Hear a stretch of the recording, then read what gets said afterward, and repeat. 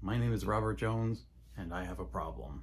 The truth of it is, I was not completely into the story, at least not the editing part. I had been drafting several novels for a while now, and coming back to editing, it's been hard. I feel like I'm writing, but the spirit isn't there. The energy isn't there. But I need a complete reboot in terms of how I'm approaching editing this draft and doing something different, make some changes to bring about whatever energy is missing and revitalize myself.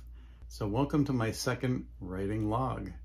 It's going to be a slightly longer video than the last log, but I think it will be more interesting.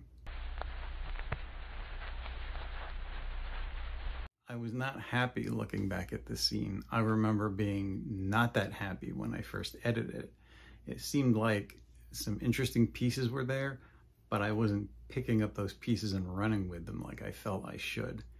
And it was a struggle. And reading over it, I can see that it's just okay. And I want it to be a bit more than okay, obviously.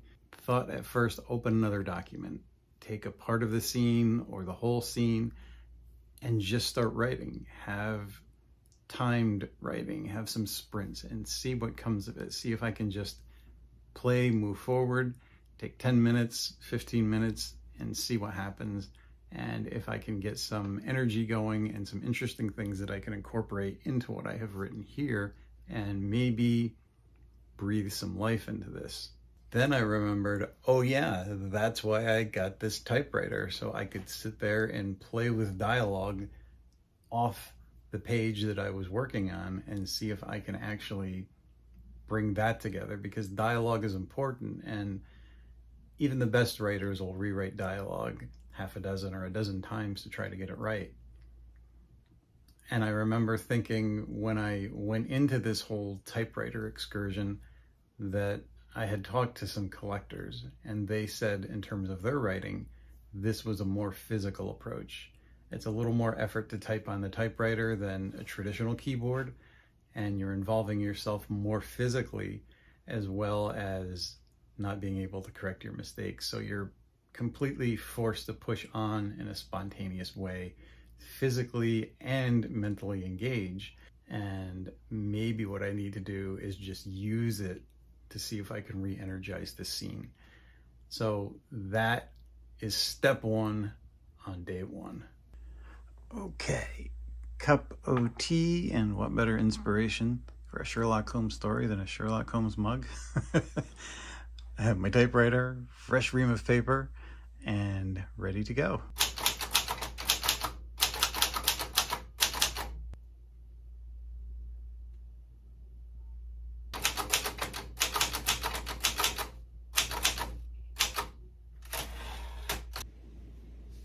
I don't know if you can hear the wind. It's starting to rain. It's been getting darker and darker outside. There he comes.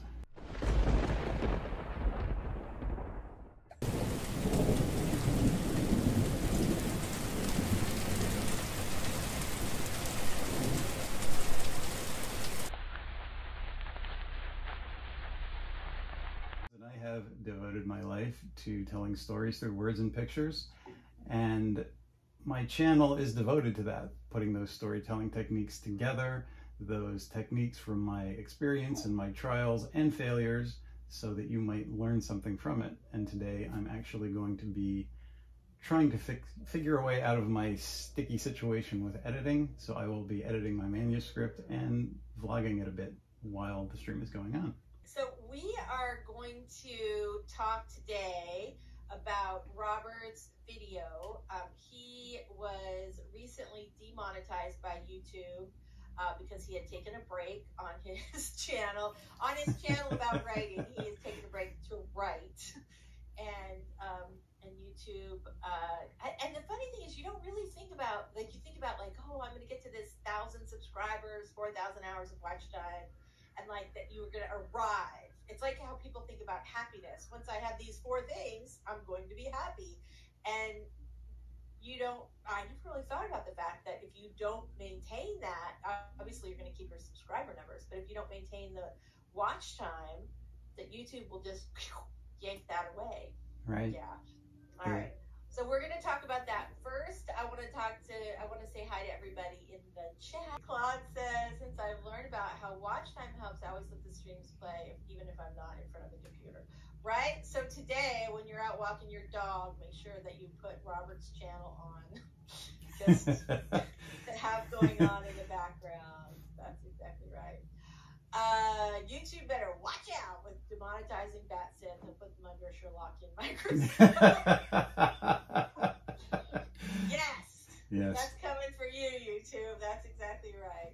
So let's talk about that. Actually, let's do our 5-minute warm-up first, and then we're going to come back and talk about that. Sounds good. Sprint. So I'm going to be getting my notes together during this sprint, my pile of ideas from yesterday, and see if I can put them to some kind of use. And just get moving forward. So I'm happy to report that the ideas that I came up with yesterday are better than the imagery that I initially had in my document. So inserting them, I think some smoothing out might be required. I'm not sure if I should just insert, move forward, get through the scene, or try to play around with it a little bit and get the writing more energized to the point where I feel it's good. Usually when I start, I do that and I tend to waste too much time. So I think I'm gonna make a deal with myself to work on this scene throughout the live stream. And when the live stream is over, it's done. I have to move on to the next scene no matter where I am and keep things flowing that way. I think limiting myself is probably a good idea at this point. For everybody who did not see your video, Robert, tell us, give us a little wrap up of what happened. Well, as we said, numbers are everything to YouTube. I did 5 videos in the whole of last year, and this year I haven't done any. And when you fall below a certain watch time level, apparently they can demonetize you. So you're pretty much set back to square one in terms of getting all of those hours back. I have close to 4,000 hours, and that's like a long time, years of work for my viewing. And it's disheartening in a way, a little discouraging, but at the same time, that's not why I started my channel. So once I got over being pissed off, I said, you know what, I'm just gonna go back to what I normally do. Forget the numbers, because it's a game. And when you think about it, those numbers had a completely different threshold a couple of years ago till their golden boys started getting in trouble because they let them do whatever they want to do. And they still do. The people that pay for it are the smaller channels, and they raise that threshold to 1,000 subs and 4,000 watch hours. And why do we have to prove ourselves on that level? If you're making good content, you're making good content. And we all have to practice to get better at it. And YouTube is still making money. They just don't want to share their little fraction of a cent until you get to a certain threshold. Right. They just don't want to give it to you. Yes. Okay, so BookTube Goddess says, I don't understand why they don't just monetize everyone who turns on ads. Ads give them money, whether it's 1 view or 1,000. That's the truth. They are still monetizing it, though. They're just not giving any of it to you. Yes. I mean, that's the difference. And they have stuck ads in people's videos who aren't monetized if they look like they're going to be producing something that they're not going to be embarrassed or embarrass their corporate sponsors and advertisers and all that. So you can easily get commercials, just not any kind of money for that. Right. You guys correct me if I'm wrong, but like if we make a video and we turn off monetization on that video, they can still put ads on it if they want to. Right. Mm-hmm. Right. Matt says a lot of people re-upload copyrighted content, though. Imagine YouTube allowing the monetization of piracy. Do not get me in.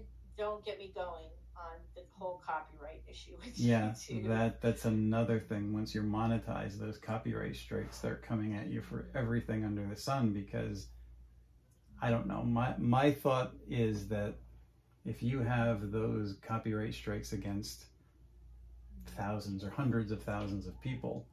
What happens when you're not being paid that money? It can go into escrow for like weeks, maybe a month. And if you multiply that, where's that interest going? Like banks, YouTube's probably making a little percentage on all these strikes because there are channels like, they're holding the money. Yeah, like the Horror Geeks channel. They should know that what he's doing is going to get these strikes all the time and just ignore it. But instead, what do they do? There's got to be a reason behind that. And that reason is usually money. Quick insert by future me.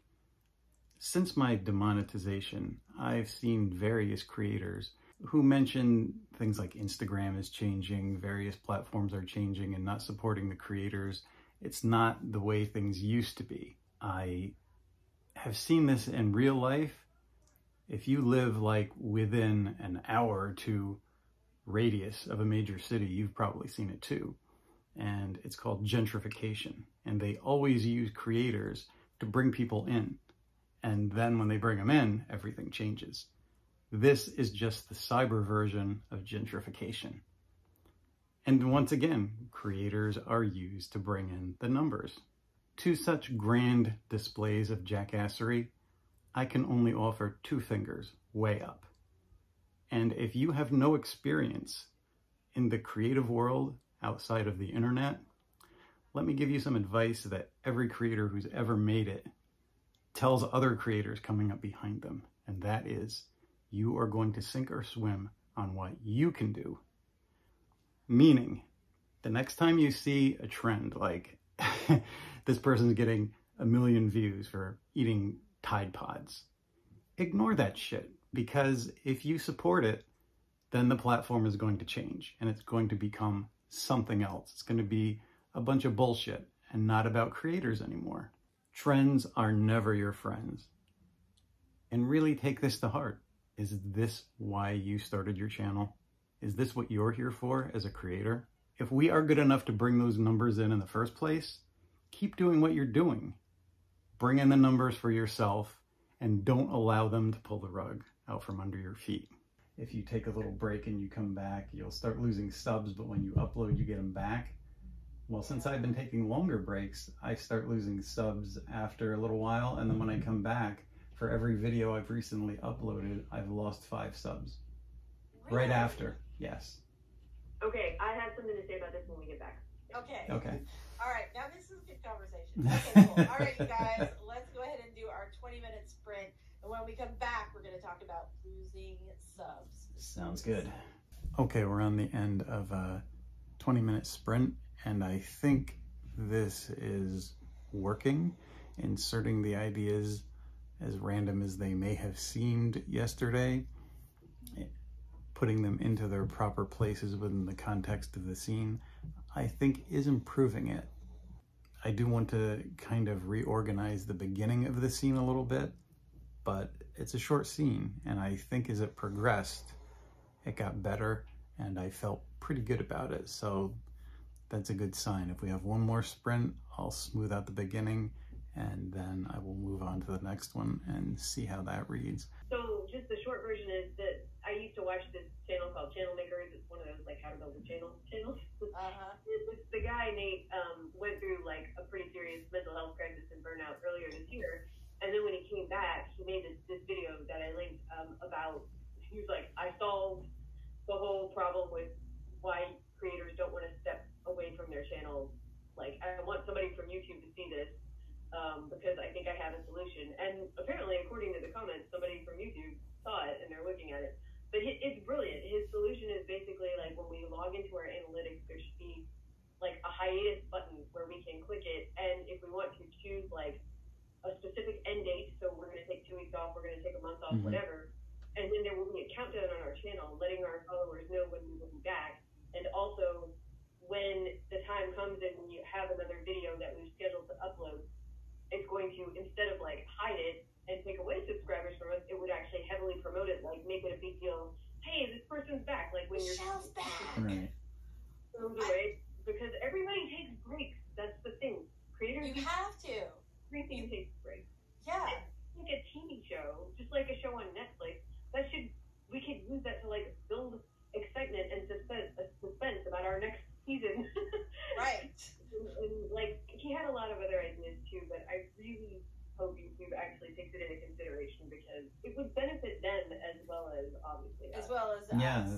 work. That's the thing. I mean, they kind of make it so it looks like you're losing subscribers and you think, oh my gosh, you know, my channel is doing poorly, I need to get more content up. But it kind of has the reverse effect, and you can tell because it's the same pattern all the time, and humans don't behave that way, so you know that their system is set up to do it. I mean, they're not fooling anybody, and that's just like, you know, why? So my scene is not in bad shape at all. During that last sprint, I did go back and tinker a bit with the beginning, the part that I felt was most out of sync, and I don't think it's reading that badly. It's in good enough shape to just move on. And I'm going to keep my promise to myself and do just that. I'm going to get some lunch, read a little bit, and think about what I want to write for the next scene and start moving forward. So I think this was a win. Okay, so after lunch, I read a bit, and then I read several scenes further in my previous draft. And I kind of learned what the problem is. It's something I'm already aware of, and that's one of the characters doesn't quite have their voice yet. And this is something that was getting in the way previously. Now, when there's a problem, some kind of writer's block, as we refer to it, it's usually something foundational. There's a problem somewhere within the construction of the story or the characters, or something that leads down to getting back to squares. Breaking the momentum of past habits is always a challenge, and we're often the enemy of our own progress. We have to stop when these things happen and reconsider. In this case, I was stopped by YouTube,